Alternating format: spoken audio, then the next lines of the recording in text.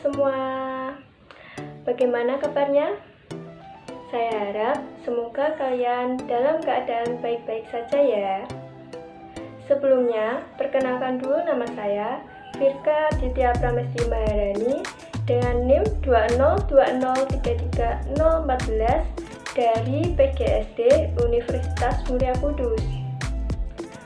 Vlog ini merupakan vlog kedua saya untuk memenuhi tugas mata kuliah Sumber dan Media Pembelajaran dengan dosen pengampu Pak Muh Syafruddin Kuryanto. Pada video vlog kedua ini, kita akan mereview materi yang telah disampaikan Pak Udin di pertemuan kemarin, yaitu tentang tujuan, fungsi, peranan, sumber, dan media pembelajaran. Langsung saja, mari kita mereview bersama-sama. Sebelumnya, apakah kalian tahu apa yang dimaksud dengan sumber belajar? Baiklah, mari kita bahas bersama. Sumber belajar adalah segala sesuatu yang mendukung terjadinya proses belajar, termasuk sistem pelayanan, bahan pembelajaran, dan lingkungan yang dapat digunakan baik secara terpisah maupun terkombinasi, sehingga mempermudah anak didik dalam mencapai tujuan belajar atau kompetensi yang harus dicapainya. Dalam pengertian sumber belajar selanjutnya adalah segala sesuatu yang secara fungsional dapat dimanfaatkan dan digunakan untuk menunjang, memelihara, dan memperkaya proses pembelajaran. Dapat berupa benda nyata, model, media cetak, media audiovisual, keadaan sekitar, proses, prosedur, dan sebagainya. Selanjutnya, kita akan membahas tentang fungsi sumber belajar. Fungsi sumber belajar dibagi menjadi dua jenis, yaitu fungsi utama dan fungsi umum sumber belajar.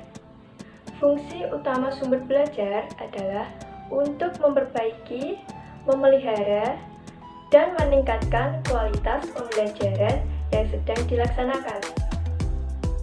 Sedangkan fungsi umum sumber belajar meningkatkan produktivitas pembelajaran, lebih memantapkan pembelajaran, memberikan kemungkinan pembelajaran yang sifatnya lebih individual, memberikan dasar yang lebih ilmiah terhadap pembelajaran, memungkinkan belajar secara seketika, dan memungkinkan penyajian pembelajaran yang lebih luas.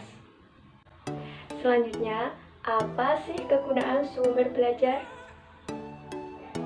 Kegunaan sumber belajar dapat meningkatkan intensitas minat dan perhatian para siswa terhadap materi pelajaran yang disajikan. Dapat memelihara suasana belajar yang solid, kreatif, dinamis, dan menyenangkan. Dapat membuka peluang bagi para siswa untuk lebih leluasa dalam memperdalam, menganalisa, dan mencari makna dari materi pelajaran yang mereka pelajari. Dapat mendorong para siswa untuk melakukan terobosan akademis melalui pendekatan berpikir inovatif. Terdapat dua jenis sumber belajar yang dilihat dari segi perancangannya dan secara umum. Dilihat dari segi perancangannya, sumber belajar yang dirancang adalah sumber-sumber yang secara khusus dirancang atau dikembangkan sebagai komponen sistem instruksional untuk memberikan fasilitas belajar yang terarah dan bersifat formal. Sumber belajar yang dimanfaatkan adalah sumber belajar yang tidak didesain khusus untuk keperluan pembelajaran dan keberadaannya dapat ditemukan, diterapkan, dimanfaatkan untuk keperluan pembelajaran sumber belajar yang ada di masyarakat. Jenis sumber belajar secara umum dapat dikategorikan ke dalam 6 jenis. Yang pertama, pesan. Informasi yang harus disalurkan oleh komponen lain berbentuk ide, fakta, pengertian, dan data.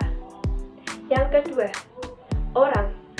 Orang yang menyimpan informasi tidak termasuk yang menjalankan fungsi pengembangan dan pengelolaan sumber belajar. Yang ketiga, bahan. Sesuatu bisa disebut software yang mengandung pesan untuk disajikan melalui pemakaian alat.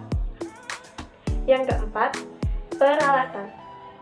Sesuatu bisa disebut dengan hardware yang menyalurkan pesan untuk disajikan yang ada di dalam software. Yang kelima, teknik atau metode. Prosedur yang disiapkan dalam mempergunakan bahan pelajaran, peralatan, situasi, dan orang yang menyampaikan pesan. Yang keenam, lingkungan. Situasi sekitar di mana pesan tersebut disampaikan. Selanjutnya, apa saja kriteria dalam memilih sumber belajar? Kriteria sumber belajar dibagi menjadi 2, yaitu kriteria umum dan kriteria berdasarkan tujuan. Kriteria umum merupakan ukuran dasar dalam memilih sumber belajar, di antaranya ekonomis. Dalam pengertian murah, tidak terpatok pada harganya yang selalu rendah, tapi dapat juga pemanfaatannya dalam jangka panjang. Praktis dan sederhana, tidak memerlukan pelayanan sampingan yang sulit dan langka.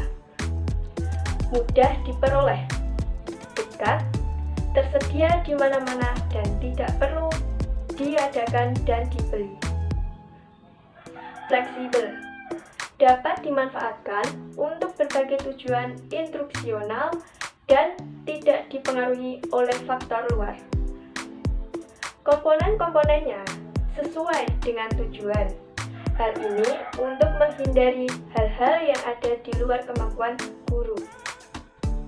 Selanjutnya, kriteria berdasarkan tujuan. Di antaranya, 1. Memotivasi, bertujuan membangkitkan minat, mendorong partisipasi, merangsang pertanyaan-pertanyaan, memperjelas masalah, dan sebagainya. 2. Pengajaran, untuk mendukung kegiatan belajar mengajar. 3. Penelitian, merupakan bentuk yang dapat diobservasi, dianalisis, dicatat secara teliti, dan sebagainya. 4. Memecahkan masalah. Dan 5. Presentasi, ditekankan sumber sebagai alat, metode, atau strategi penyampaian pesan. Apa strategi dalam merancang sumber belajar? Yang pertama, mengidentifikasi karakteristik sumber belajar yang akan digunakan. Yang kedua, sumber belajar yang digunakan disesuaikan dengan tujuan pembelajaran. Yang ketiga, sumber belajar yang digunakan disesuaikan dengan kemampuan guru. Dan yang keempat, sumber belajar yang digunakan disesuaikan dengan kebutuhan siswanya. Nah, selesai sudah dalam video mereview materi kali ini. Semoga apa yang saya sampaikan dapat bermanfaat bagi saya dan kalian semua. Wassalamualaikum warahmatullahi wabarakatuh.